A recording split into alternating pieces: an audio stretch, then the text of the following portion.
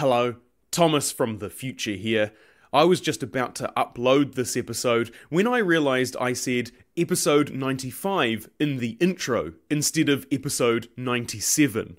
I just want to make it very clear that this is episode 97, not 95. You haven't gone 2 episodes in the past, don't worry. I'm just an idiot that didn't change the script, and now I can't go back and change the audio.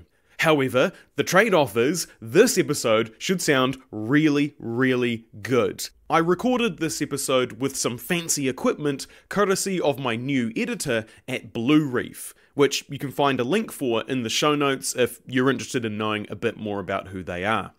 All going well, I'll be using this equipment to record in future, so it should sound pretty bloody good from now on. Anyway, enough from me, back to slightly in the past Thomas, talking about episode 97. Kia ora, g'day and welcome to the history of Aotearoa, New Zealand. Episode 97. The West Coast Beer Boycott. This podcast is supported by our amazing patrons. If you want to support Hans, go to patreon.com/history Aotearoa. Last time, we retread some ground to give more details on the Prohibition era and the 6 o'clock swill. Today, we will talk about the West Coast Beer Boycott, which I almost entirely skipped over when we discussed Speight's, but it's actually a really great story that intersects with the era of strong union solidarity, and so I thought it would be a great idea to give it a bit more spotlight.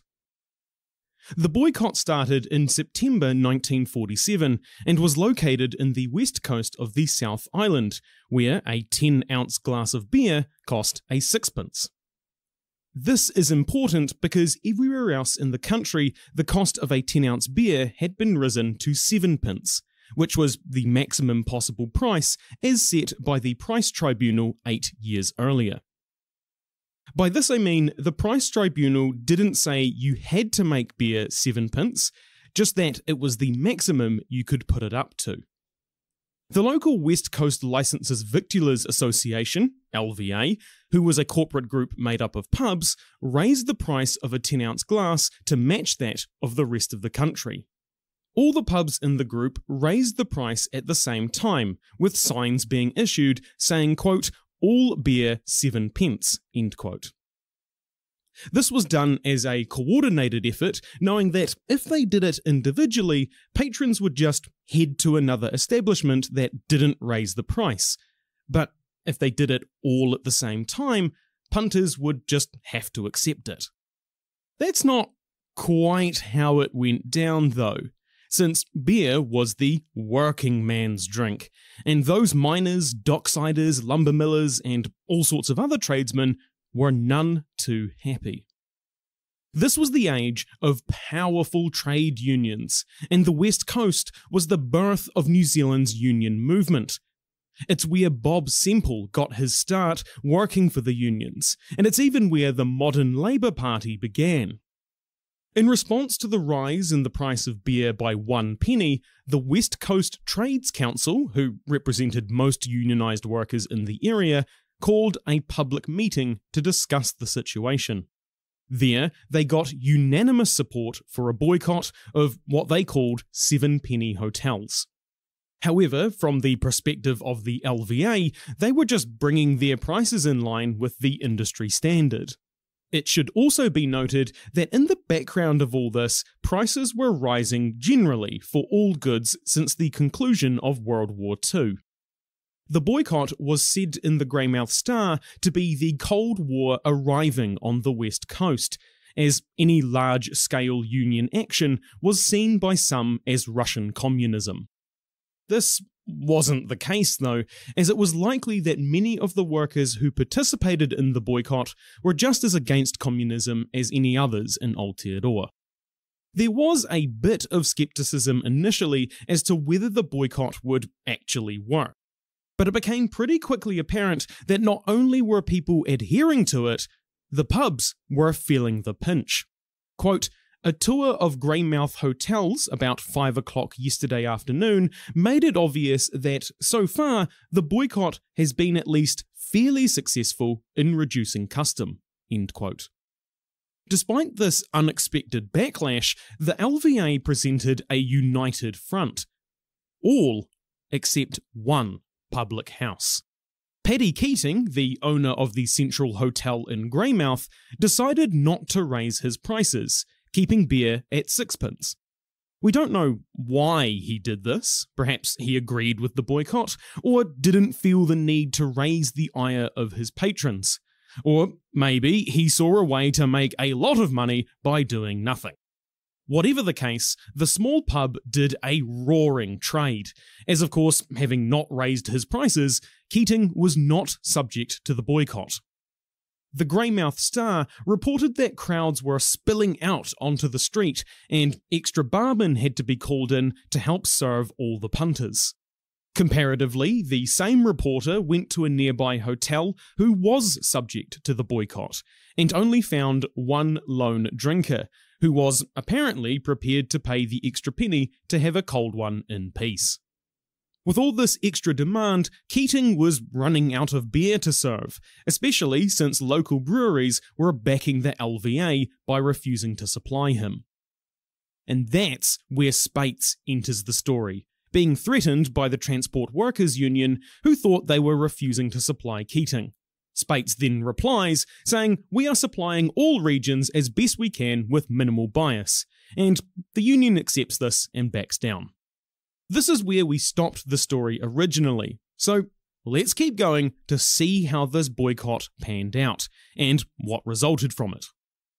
So, with Speight unable to supply Keating just right this minute, they did eventually send some casks. A local in Greymouth, who apparently just had a keg of beer lying around, gave it to Keating so he could keep the workers happy.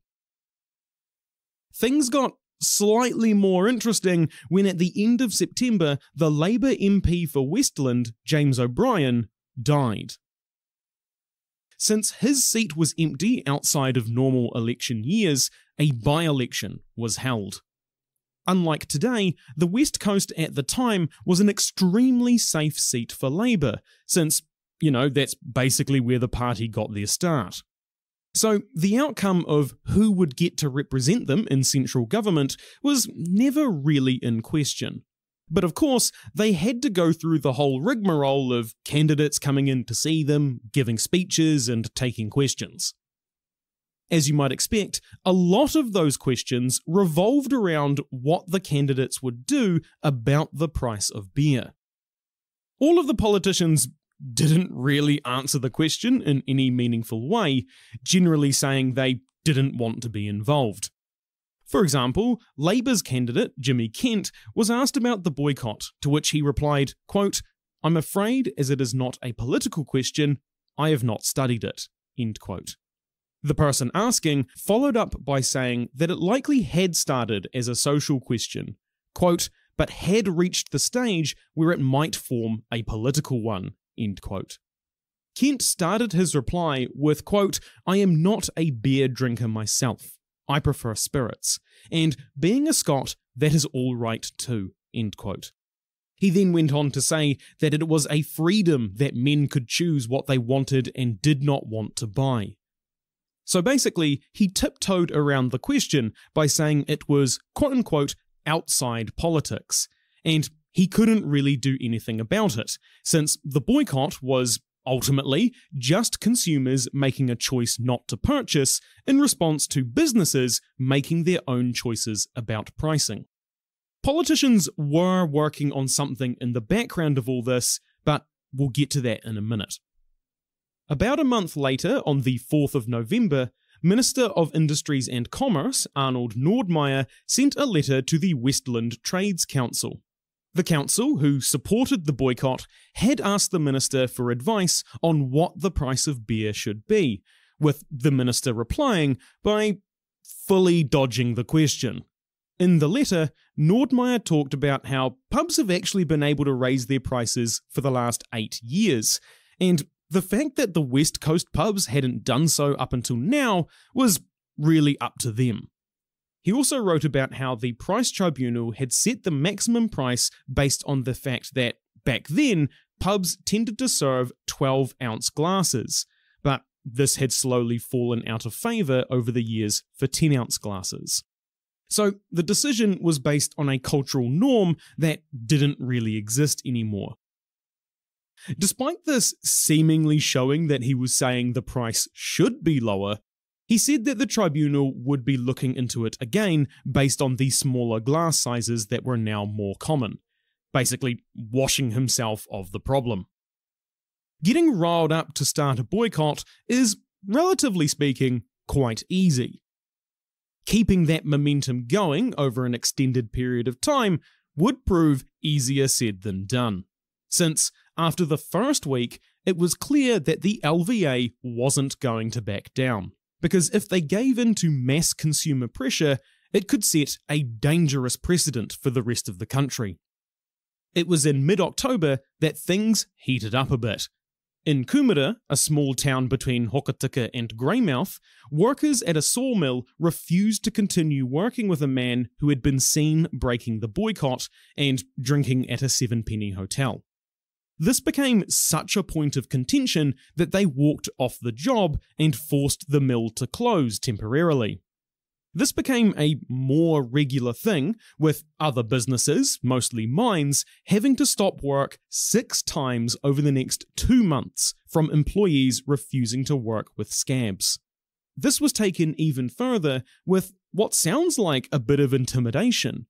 Each worker who was viewed as a scab left their job after being given a quote-unquote hot time.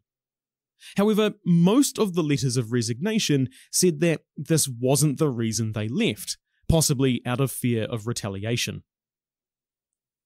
The thing was, though, that there was currently a labour shortage in the area, so it wasn't too difficult for them to find work a couple of towns over. But for some, the stigma followed them everywhere. Uncharacteristically, one might say, the managers and owners of the mines didn't want to get involved, and only did insofar as to ensure that the wheels of industry kept turning. If one worker had to leave to ensure that the rest do their jobs, so be it.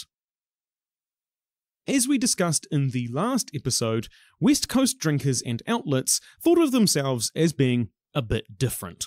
Pubs mostly ignored the 6 o'clock closing time, and of course the price of beer didn't rise with the rest of the country. Rugby was played on Saturdays with league on Sundays, with most blokes playing both, which was controversial at the time. Post-league drinks was one of the busiest times for pubs on the West Coast. By and large, West Coasters didn't respect the laws handed down by politicians in Wellington. The union was king here. Being a scab or otherwise ousted from the union could be a death sentence, both for your job prospects and your social life. In one case, a miner was seen leaving a 7-penny hotel, and when he admitted he drank there, was told no other miners would work with him. A hotel in Bulla also went 7-penny for a bit, until it reverted back because the owner was a member of the miners' union, and thought it was the right thing to be with his fellow unionists. One source I read even remembers being in line to sign up for a job at the freezing works when another man approached the foreman and pointed someone out in line. The man in line left because the foreman had just been told that he had scabbed 30 years prior in another job, and so his chances of employment were slim. Overall, things were getting pretty hot. Letters were written into the papers on both sides, or even poems were sent in, one that was 14 stanzas long. The Greymouth Star often pushed into articles and editorials that beer was a luxury item that blokes didn't need to drink. As such, their claim was that there should be no need to get so heated and have such a large boycott, since, basically, who cares? They argued that the unionists should be fighting the rising costs of essentials, like food. A fight broke out on the 18th of October at Kumara Junction Hotel, when a group of guys offered to pay 6p for their beer. Glasses were smashed, and one guy had a beer bottle broken over his head. These events seem to have revived the fervour to continue. When the State Miners' Union held a vote to continue the boycott a few days later, it was passed unanimously with 500 in attendance. Other unions had similar votes with strong support for the boycott as well. Arguments in the papers continued about the men who were quote-unquote sent down the road, which meant kicked out of the union and deprived of work.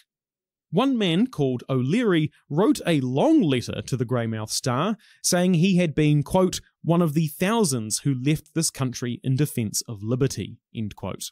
This was a reference to those who served overseas during World War II and a jab at those miners who hadn't, since mining was a protected industry from conscription. He also claimed that the Union was a dictatorship and used more World War II iconography in his language to hint at a battle coming against the unions from the common people. Despite the image of a united front, the boycott was run in a grassroots way.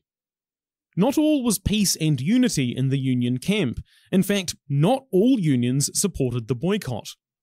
The Westland Hotel and Restaurant Workers Union were the only union of the 19 in the area that were opposed to it, since their places of work were the ones being boycotted, and they were concerned that the hotels would close up, which would put them out of a job.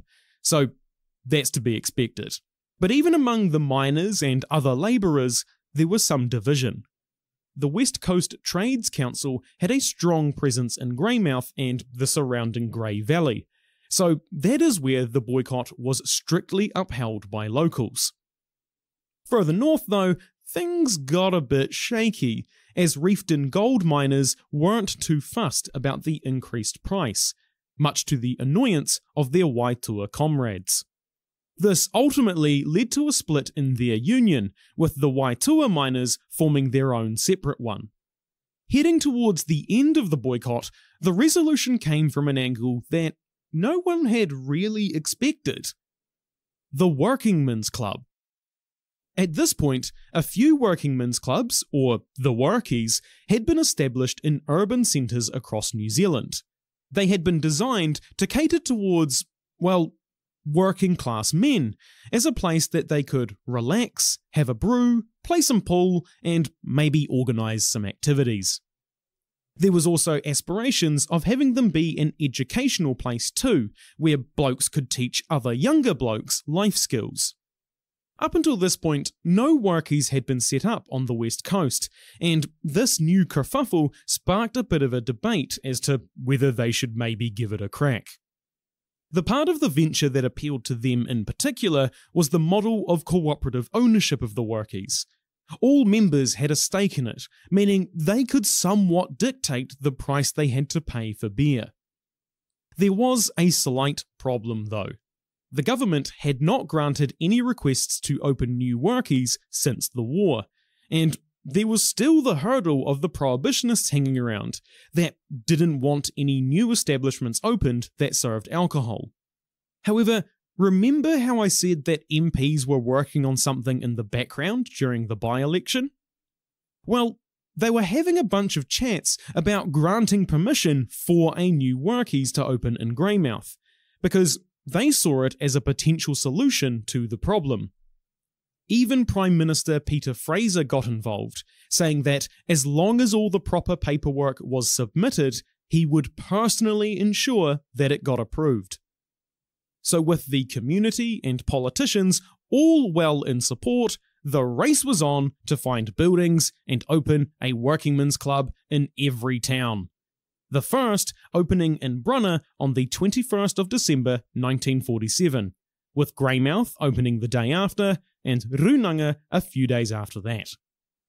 It wasn't long before most towns on the west coast had a workies, including Hokitika and Westport. Not everyone was into the idea though. An editorial in the Greymouth Star claiming that the clubs were quote-unquote communist cells that were, quote, a golden opportunity for spreading their atheistic and anti-democratic doctrine, end quote. This wasn't the case, but this was heading into the Cold War, so, you know. The boycott mostly maintained during the time that the clubs were being set up, but some business was beginning to return to 7-penny pubs in the larger towns as patrons' resolve began to wane a bit. In smaller towns, the boycott was still pretty strictly upheld, but even so, the LVA wasn't backing down from their 1-penny increase in price. It wasn't to last, though. Pubs were losing money as people began to go to working men's clubs as they opened up, and if the 7-penny hotels didn't do something, they would have to close down. One by one, pubs and hotels told the association that they would be reducing the price back to 6p. Eventually, the LVA had to concede, and a statement was issued in February 1948, letting publicans know that they could choose whether they wished to serve a 10-ounce glass of beer at 6p or 7. A week later, the Greymouth Star reported that all hotels and public houses had gone back to 6p. The workers had won the battle, but they would not win the war. You see, this saga had taught the booze industry across the country quite a lot. The main thing being that if they wanted to do something that they think will be unpopular, they shouldn't declare it. They should just do it sneakily in a more roundabout way. In the 1950s, the 10-ounce glass was phased out and replaced with 2 new sizes, 7 and 12 ounces, which had comparatively higher prices per volume of liquid, but you couldn't tell that if you didn't do your homework. Additionally, buying beer in jugs became more common, but unlike a glass that has a specific measurement associated with it, jugs didn't have a standardized measurement and pricing. Meaning a pub could offer any amount at any price, and as long as it seemed to be roughly good value, no one contested it. Especially since there was no form of organised consumer testing. This wasn't the last boycott of booze that occurred in New Zealand. A few more were in communities far bigger than the West Coast, but none were ever quite as successful as the union-backed workers of Greymouth. You're probably wondering what happened to Paddy Keating of the Central Hotel. Well, unfortunately, with the concession of the LVA, he no longer had the advantage of being the cheapest beer in town. As such, patronage to his establishment quickly fell off a cliff, except for a few loyal customers. In addition to this, many viewed him as a scab for breaking ranks with his peers, so it seems he wasn't well liked in the community from this point on either. Next time, we will have a dramatic retelling of a Māori story, so as usual, if you have any particular requests, please let me know. If you want to send me feedback, ask a question, suggest a topic, or just have a chinwag, you can find my email and social media on historyaotearoa.com. Aotearoa spelt A-O-T-E-A-R-O-A. You can also find helpful resources there, like transcripts, sources, and translations for some of the Te Reo Māori we have used. You can help support Hans through Patreon, buying merch, or giving us a review. It means a lot and helps spread the story of Aotearoa, New Zealand. As always, haere tū atu, hoki tū mai. See you next time.